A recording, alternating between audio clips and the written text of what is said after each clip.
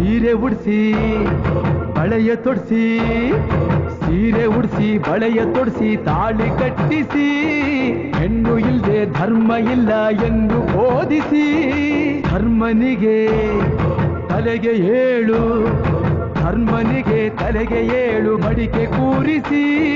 ಕೈಗೆ ಕತ್ತಿ ಕೊಟ್ಟು ಕರಗ ಶಕ್ತಿ ತೋರಿಸಿ ನನ್ನನ್ನು ಶಂಕಿಸಿದರೆ